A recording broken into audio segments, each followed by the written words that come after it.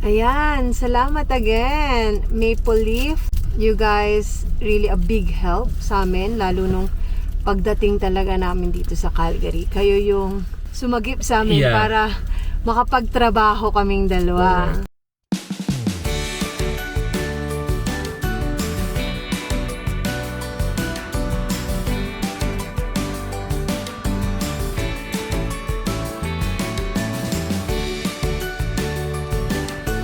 Good morning and welcome back to our channel again. Welcome to Alba Fam Bam. And so today it's gonna be Lian's first day in a new school. So we're very excited. How about Kuya? Are you also excited, Kuya? Yeah. Opo. Okay, how about Lianica Deneira? Are you excited? Yes. Okay, sasamahan niyo ulit kami. And we're just gonna wait for mommy. And then also pala, changes for Kuya naman. Si Kuya naman, hindi na papasok ng daycare. So, Kuya's gonna be staying with us after kindergarten, which is around 11 a.m. Susunduin namin. Diba usually fam, hinahatid namin siya sa daycare. Ngayon hindi na. Diretsyong uwi na kami.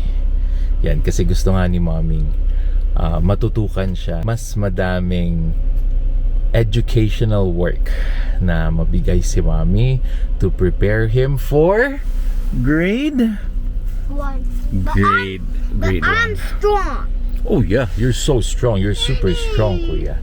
Alright fam, so thanks sa pagsama ulit and see you later. Drive lang muna going to Kuya Davon's school. Hi fam! So kasama ko si Lianica and nandyan din si Kuya. Yan. So hatid na muna namin si Kuya and then saka ko ihatid si Lian. So for perspective, yan yung school ni Kuya. And then pagtawid, yun naman ang school ni Lian, yung building na yun. So super convenient. Yan talaga yung plan namin, na close sila to each other para mas manageable, lalo na pag winter time. And in case na may sira yung isang sasakyan, makakapasok pa rin sila sa school.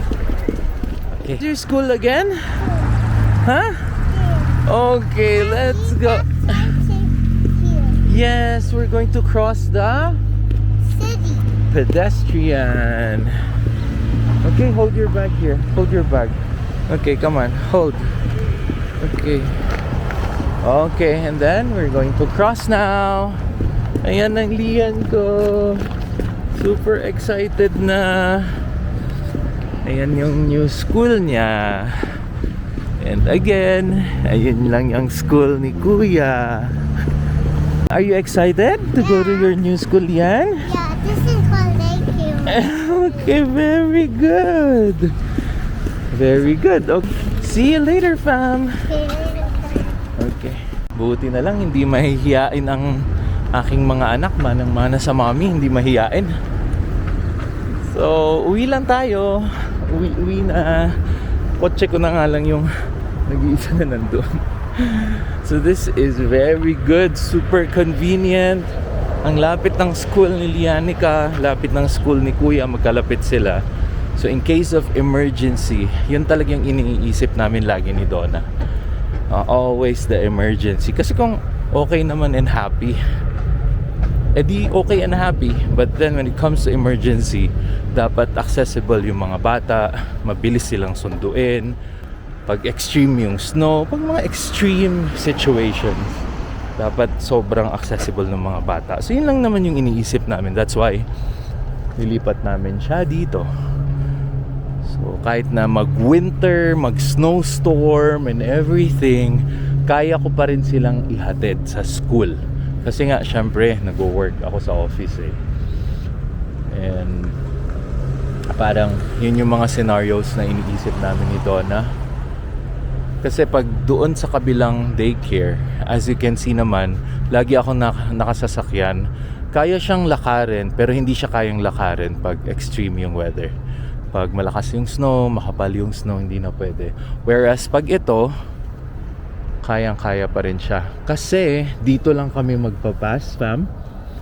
And if you can remember, this is like a pathway. And if you can remember, isang straight yan. Ayun na yung townhouse namin, no? Kita ko nga dito. The brown one. So, ganun yung mga scenarios na iniisip namin ni Donna. And anyway, hindi naman siya ibang presyo. Same price lang sila kasi sa Alberta, parang ginawa nilang standardize yung price. And it's the government that would pay up kung ano yung difference. So right now, it's across the board. Everyone would pay 326 or 306 if I'm not mistaken. Okay? So drive lang tayo and that's it. See you later for breakfast and pagsundo kay Davon. Wala nang hatid, sundo na lang kay Kuya Davon. So nasa bahay na ako and syempre hindi pwedeng mawala ang ating weather check. Calgary weather check. We're back to spring again and it's minus one degree. Okay, pwede na. Yan. So ang projection today ay magiging sunny daw. So there you go. And medyo natutunaw na ulit ang snow namin dyan. Okay, so that's about it. Mabababa na ako and magwo-work. And then after more or less 2 to 3 hours, nandyan na si Mommy Donna. So excited yun kasi susunduin lang si Davon and then babalik na kami dito sa bahay. Kasi tuturuan niya. Basta gagawin niyang close yung pag-study ni Davon dito. So prepare si Mommy ng curriculum. But of course, it's based in Canada and makikita nyo naman sa website yun ng Canada. So more or less, nandun pa rin yung direction. But of course, gusto lang tutukan ni Mami ng mas maigi si Davon bago siya pumasok ng grade 1 or elementary. Okay, fam? So baba lang ako. Nagkakape lang ako actually. Yan. Alright, so see you later! So, since it's sunny and hindi naman masyadong malamig, pero hindi na masyadong ma-snow yung daan and safe, I decided na susunduin si Kuya na maglalakad lang. And hindi pa nagre-reply actually si Mommy kung makakadaan siya sa school or aabot ba siya. But here goes Daddy. Lakad lang kami ni Davon kung wala si Mommy pauwi. So, yeah, there are a couple of changes nga para dun sa mga kiddos. So, number 1, si Lianica, nag-change na siya ng daycare na mas malapit dun sa school ni Kuya para isang hatidan and syempre malapit, convenient. And also, I've highlighted na just in case nga of emergencies, at least bibilis yung pagsundo. Kay Kuya Davon naman, mga parent, kay Kuya Davon naman,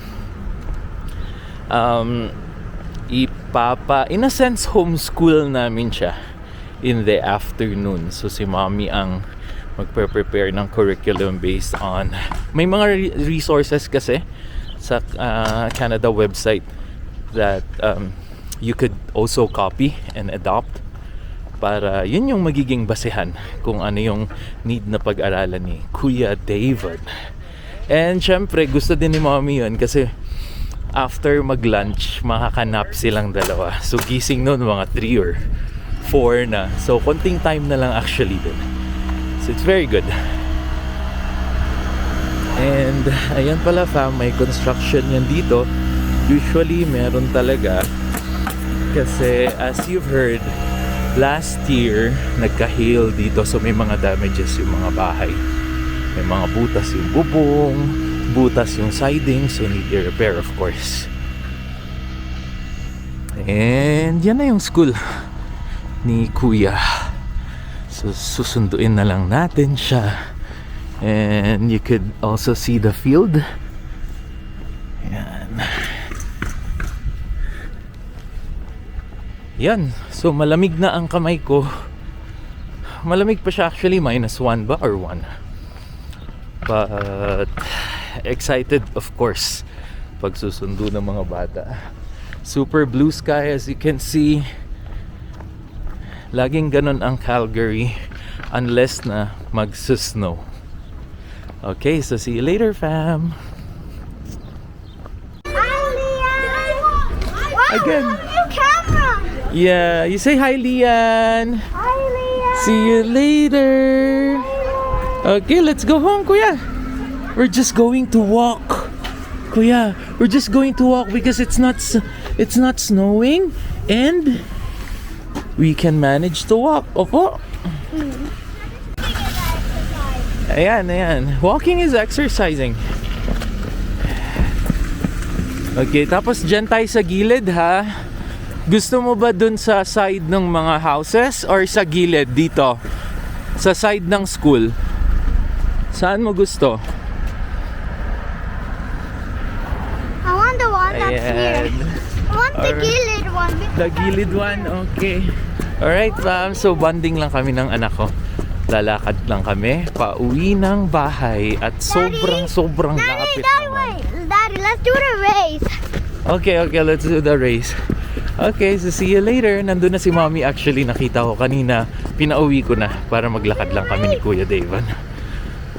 So, alright, so bye! And we're going home na, fam, with the kids.